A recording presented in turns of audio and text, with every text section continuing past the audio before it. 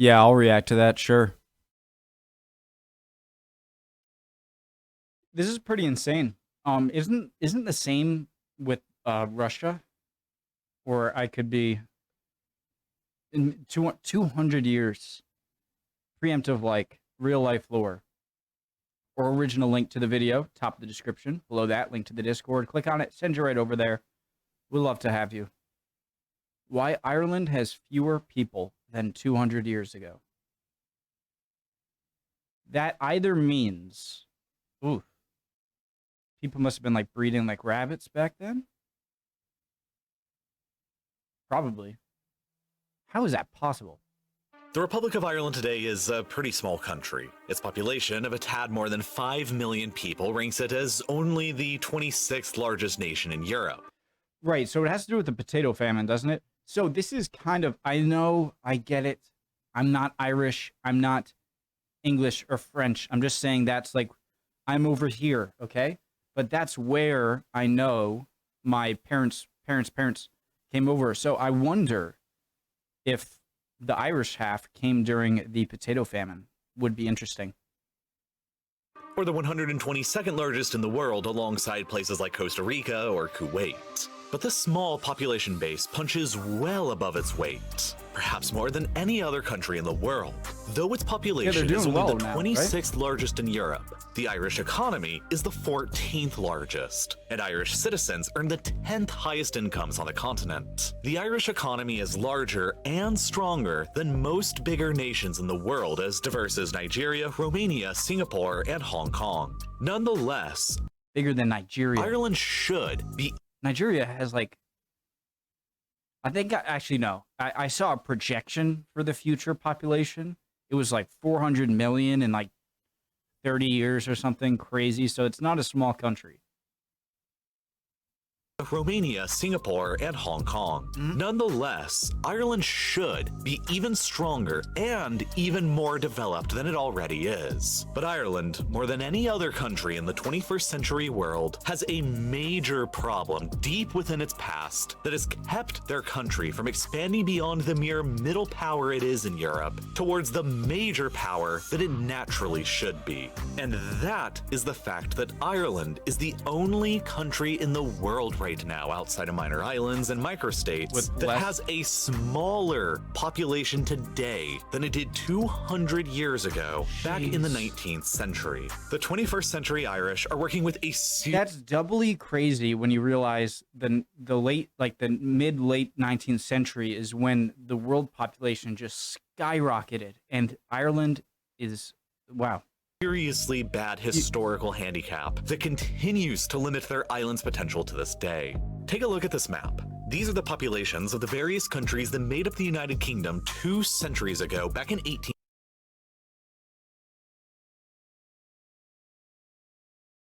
Jeez. 1821, when the entirety of Ireland was beneath British administration.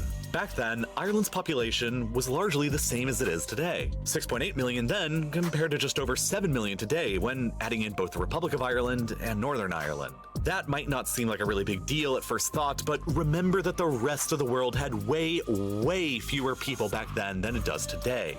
England's population was just 10.4 million. Wait, so technically, I'm not gonna... million then. Not that much back then than it does today. England's population was just 10.4 million then. Not that much larger than Ireland's. Egypt's population was only around 4.3 million at the time, compared with over 100 million today, meaning there were more Irish than Egyptians in the early 19th century. And the United States was only home to 9.6 million people at the time, including more than 1.5 million slaves without any citizenship or any rights, meaning there were nearly as many Irish as free Americans. Over the 2 centuries since that census data was recorded, Scotland's population increased by a factor of 2.6. Wales's population... Wait, what? And the United States was only home to 9.6 million people at the time, including more than 1.5 million slaves without any citizenship or any rights, meaning there were... That seems insanely low for the U.S., but yeah, wow.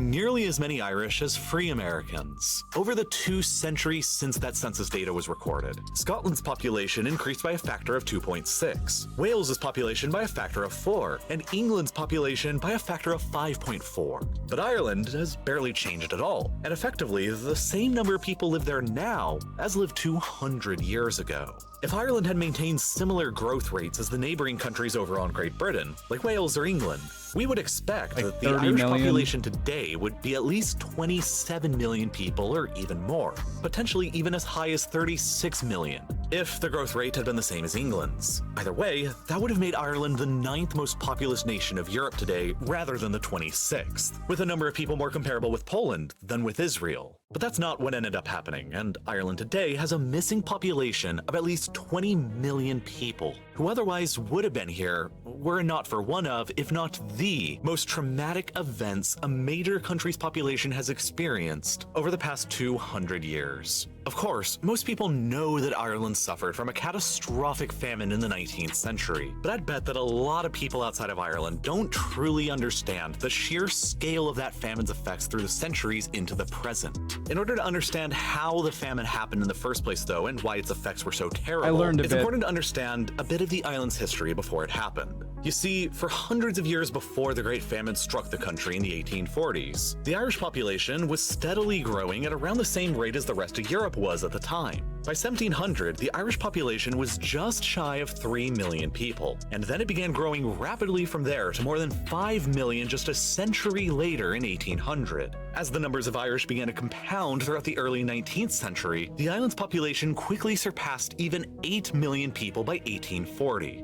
I know the introduction of the potato was huge for, well, the old world, right? Or Europe especially, since it could be grown in not so great, like the soil didn't have to be perfect, and it's a large weight per volume crop, which I think is important, and so you could feed a lot more people. But I'd imagine there were potatoes in Europe for a few centuries before 1700.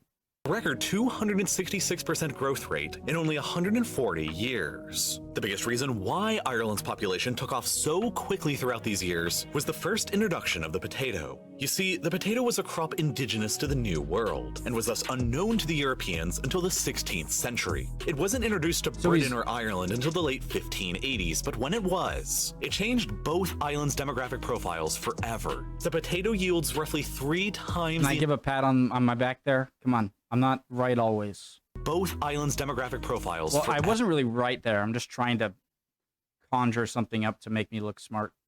The potato yields roughly 3 times the amount of calories per acre as grain, and it's simultaneously more nutritious and grows in more difficult soils and climates, like in Ireland. Ireland became the first region of Europe to cultivate the potato on a large scale in the early 1600s, and it became so successful there, it rapidly accelerated the Irish population's growth rate. A single acre of potatoes and the milk of a single cow was sufficient to feed an entire impoverished Irish family. Let me just, I know it's probably annoying, but it's kind of like humans or animals, just like any other animal, right? And when a population, like there's a large food source, and then so like you're relying all on the potato. All of this population growth and sustainability for the population is reliant on this one food. It's like all your eggs in one basket kind of thing.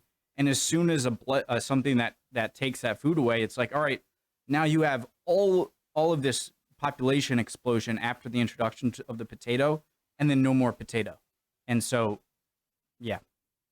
A boring but nutritionally acceptable diet. And as they could be grown almost anywhere, potatoes quickly became the staple crop for the majority of poor Irish families. But the potato's benefits also came with a series of cons. Most catastrophic of them, the Irish began to dangerously increase their dependency on just this one single crop, and worse, a single variety of this single crop, what came to be known as the Irish lumper. This created a serious lack of genetic variability in the potatoes grown in Ireland, which made them far more susceptible to disease. By 1841, the Irish census recorded a population of 8,175,124 people on the island, the highest ever recorded on the island before or since. Just 3 years later, the potato blight came over from the New World to strike down Ireland's primary crop.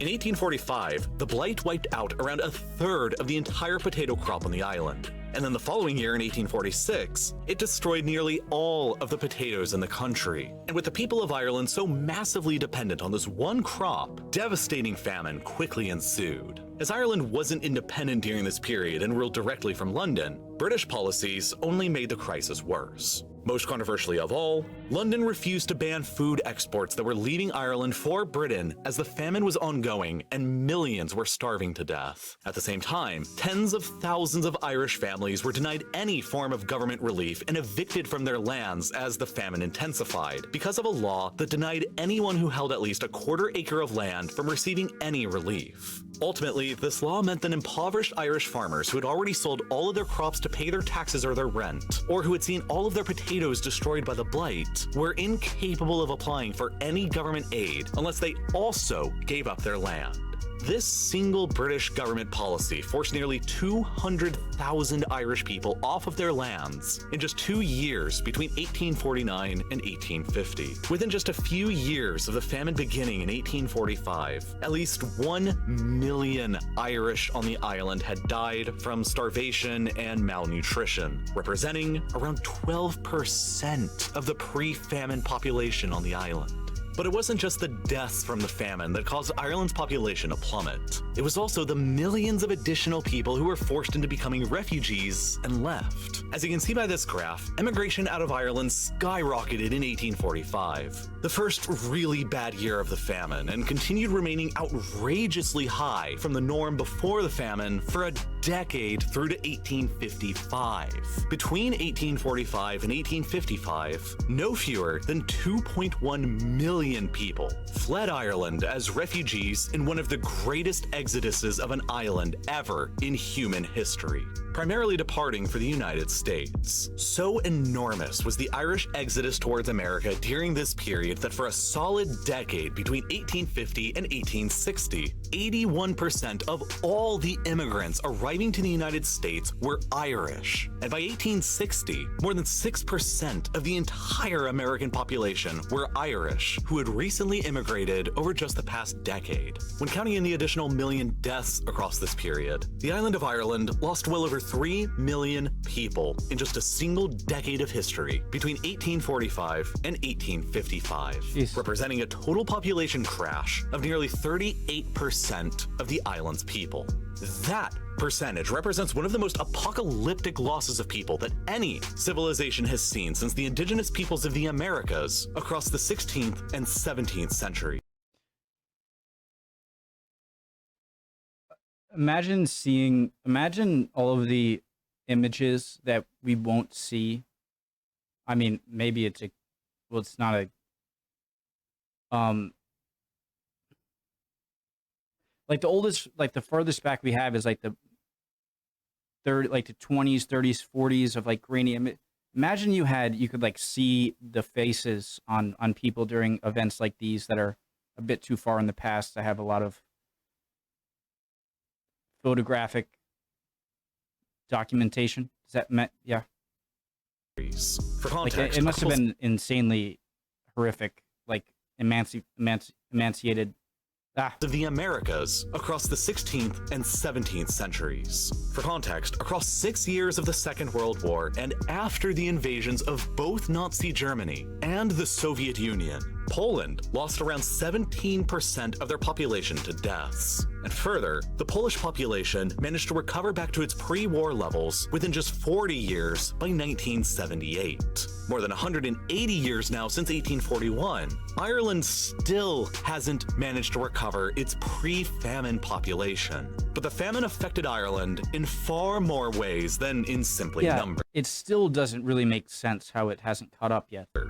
The areas of the island that were most severely affected by the famine and depopulation were in the west and the south, where the the Irish language had previously been more dominant over English. The result of these areas being hit the hardest, accompanied by other linguistic policies from Britain, was the rapid destruction of what remained of the Irish language in Ireland over the next several decades, to the point where by 1900, few Irish-speaking majority areas on the island remained, and by 2000, there were hardly any remaining at all. The depopulation of the West and the South also led to the urbanization and increase in population in the East. Look at all of these pretty large, it's kind of hard to tell, like compare it, but peninsulas like jutting out. Like I kind of see like a chickadee bird when I look at Ireland with like its little feathers and tail feathers, and its eye is the lake and its little beak.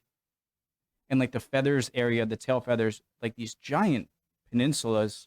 I'd imagine really rocky shore would be interesting to see. Around cities like Dublin and Belfast, which remain the first and second largest cities on the island to this day. The famine and its traumatic consequences caused permanent structural and cultural damage to the Irish people that continues on to this day. The loss of 38% of the population over just 10 years hobbled development and opportunities, and encouraged higher rates of emigration out of the country for nearly every generation that followed. This meant that even after the end of the famine around 1855, high levels of emigration caused by domestic turbulence, violence, and lack of economic opportunities continued putting downward pressure on the island's population for an entire century longer, deep into the 1960s. Ireland fought a war for independence from Britain after the conclusion of the First World War, followed by an internal civil war and economic instability, and finally a period of ethno-nationalist and sectarian violence over the political status of Northern Ireland that lasted for decades from the 1960s until the 1990s, all of which heavily discouraged foreign investment. Ireland largely remained an agrarian, unindustrialized, troubled, and relatively impoverished island long after the famine's conclusion, and the population continued to decline throughout the decades, largely due to emigration abroad. By 1890, decades after the famine had ended, 4 in every 10 Irish-born people were living abroad beyond the island. And to put it all into even more context, it's currently estimated that roughly 1 in every 2 people born in Ireland across the 19th century would ultimately leave the island for better opportunities abroad. Since 1800, it's estimated that more than 10 million Boston. That's where I am, sort of.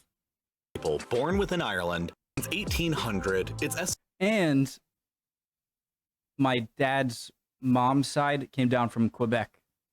Interesting. Estimated that more than 10 million people born within Ireland have emigrated to another country beyond the island. More people than live across Ireland today. Nearly half of those people who left relocated to the United States, where they heavily influenced American culture and society. 36 million Americans today, or more than 1 in 10 Americans, and more than 5 times the population of modern Ireland itself, claim Irish as their primary ancestry. Across the world, around 80 This guy.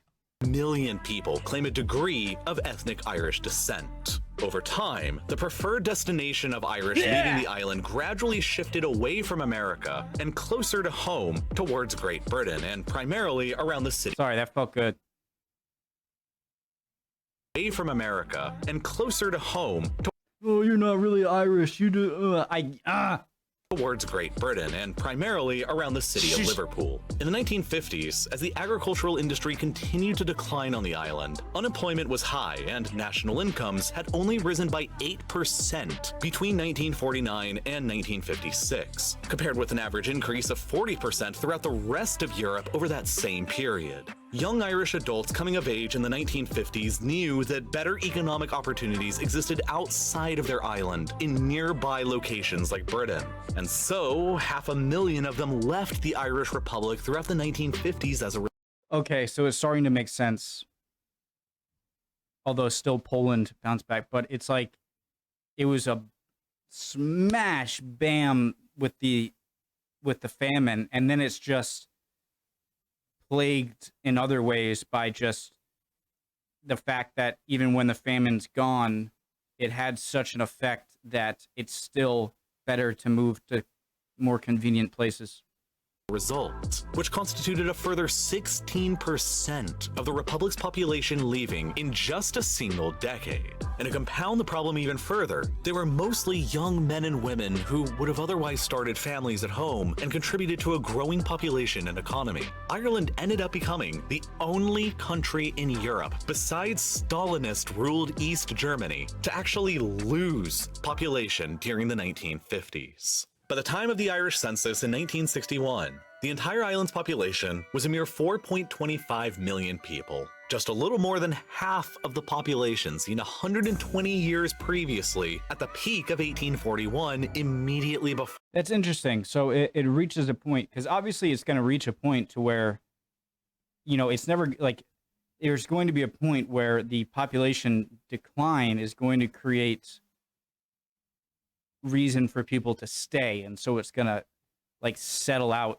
because like you're not just there's going to be opportunity there if so many people are leaving, and so it's going to bottom out somewhere. And it's interesting it did at around 4 million, like the halfway. famine, and the lowest number recorded ever since the census of 1781, nearly 2 centuries beforehand. Only after then did the island's population finally begin to recover and trend back upwards after more than a century of continuous decline. To the point where today, in 2022, the island's population is back to around 7.1 million people, which is still around 1 million people short of the peak. All right, it's not quite double. I was going to say it doubled in like 60, 70 years. More than 180 years ago, 60. and probably at least 20 million people short of where Ireland would have been today without the famine ever taking place. But with so much room left to grow after being held down for so much time, Ireland has only one direction left to go: up. Today, the Republic of Ireland is one of the fastest growing economies anywhere in the world. The Irish economy is currently the fastest growing in Europe, with a whopping 13.5% increase to GDP last year in 2021. Wow, nearly that's double insane. the economic growth experienced by the United Kingdom. When factoring out small city-states like Monaco, Ireland now holds the highest GDP per capita in Europe as well, with the average citizen contributing more to the economy than even famously wealthy nations like Switzerland and Norway. And, perhaps most importantly, the Irish population is now the 3rd fastest growing. I never looked at that statistic like that, but that makes sense. More to the economy than GDP per capita in Europe as well. Right here. With the average citizen contributing more to the economy than even famously I never looked at that statistic like that, but it seems obvious. wealthy nations like Switzerland and Norway.